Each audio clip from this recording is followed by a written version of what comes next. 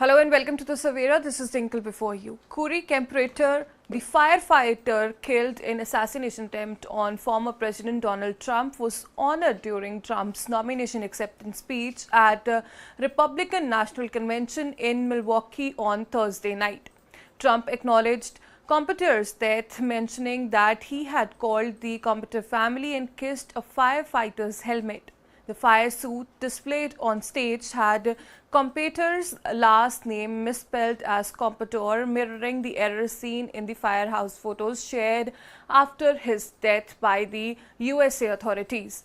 During the final day of the RNC at the FISM Forum, the Trump also presented $1 million check to the families of Comperatore and 2 people critically injured in the shooting. The final day of the convention featured Trump's keynote address, during which he shared his perspective on the upcoming elections and also the assassination attempt before accepting the Republican Party's nomination.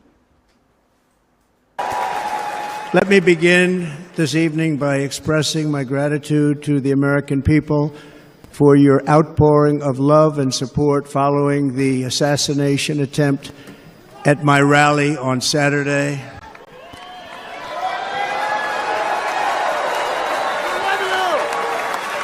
As you already know, the assassin's bullet came within a quarter of an inch of taking my life.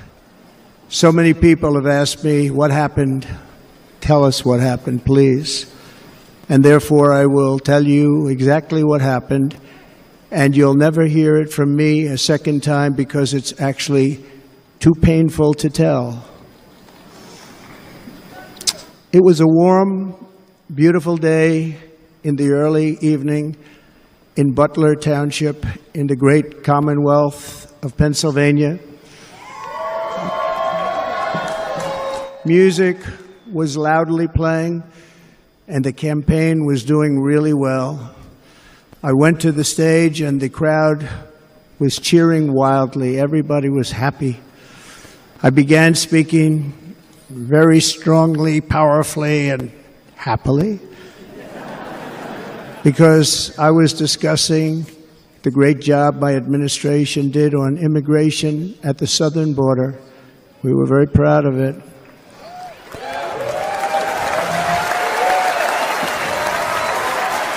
Behind me and to the right was a large screen that was displaying a chart of border crossings under my leadership. The numbers were absolutely amazing. In order to see the chart, I started to, like this, turn to my right and was ready to begin a little bit further turn, which I'm very lucky I didn't do, when I heard a loud whizzing sound and felt something hit me really, really hard on my right ear. I said to myself, wow, what was that?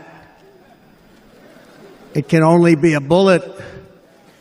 And moved my right hand to my ear, brought it down. My hand was covered with blood, just absolutely blood all over the place. I immediately knew it was very serious, that we were under attack, and in one movement proceeded to drop to the ground. Bullets were continuing to fly as very brave Secret Service agents rushed to the stage, and they really did. They rushed to the stage.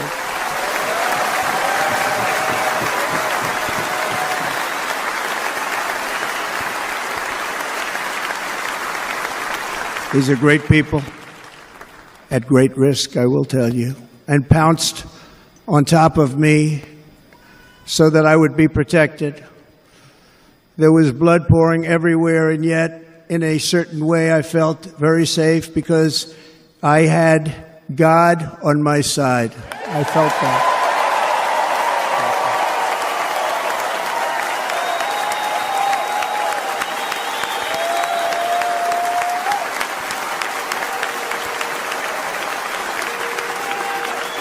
The amazing thing is that prior to the shot, if I had not moved my head at that very last instant, the assassin's bullet would have perfectly hit its mark, and I would not be here tonight. We would not be together.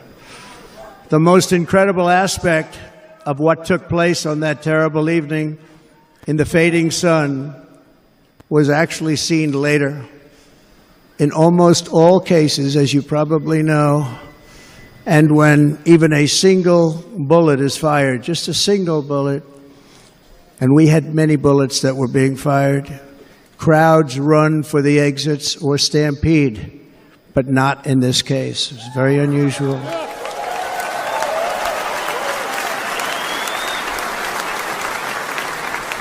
This massive crowd of tens of thousands of people stood by and didn't move an inch.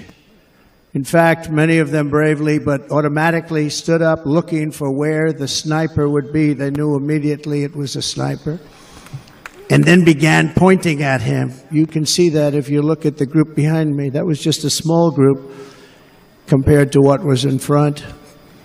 Nobody ran, and by not stampeding, many lives were saved. But that isn't the reason that they didn't move. The reason is that they knew I was in very serious trouble. They saw it. They saw me go down. They saw the blood and thought, actually most did, that I was dead. They knew it was a shot to the head. They saw the blood.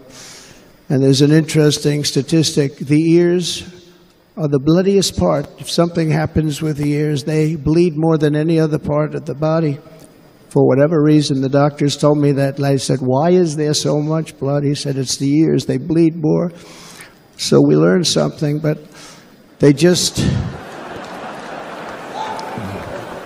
this beautiful crowd, they didn't want to leave me. They knew I was in trouble. They didn't want to leave me. And you can see that love written all over their faces. Incredible people. They're incredible people. Bullets were flying over us, yet I felt serene.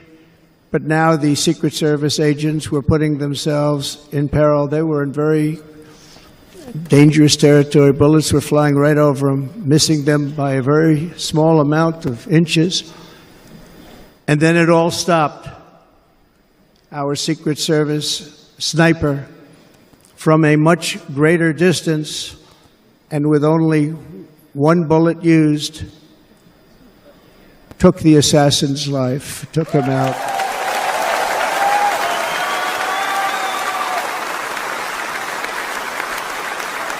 I'm not supposed to be here tonight.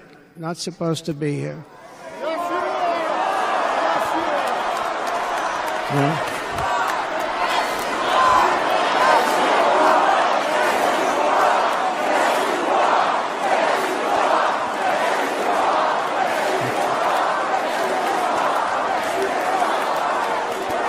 Thank you.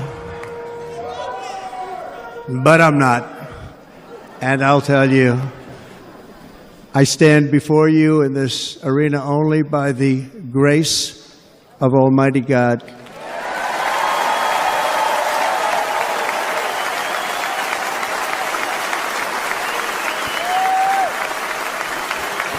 In watching the reports over the last few days, many people say it was a providential moment. Probably was. When I rose, surrounded by Secret Service, the crowd was confused because they thought I was dead, and there was great, great sorrow. I could see that on their faces as I looked out. They didn't know I was looking out. They thought it was over. But I could see it, and I wanted to do something to let them know I was okay. I raised my right arm, looked at the thousands and thousands of people that were breathlessly waiting, and started shouting, "Fight, fight, fight."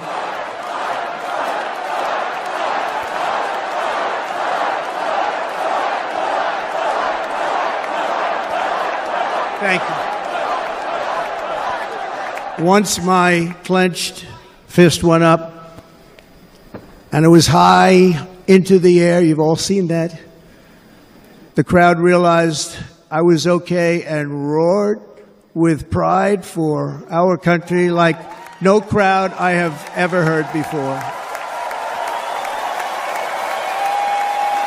Never heard anything like it. For the rest of my life, I will be grateful for the love shown by that giant audience of patriots that stood bravely on that fateful evening in Pennsylvania.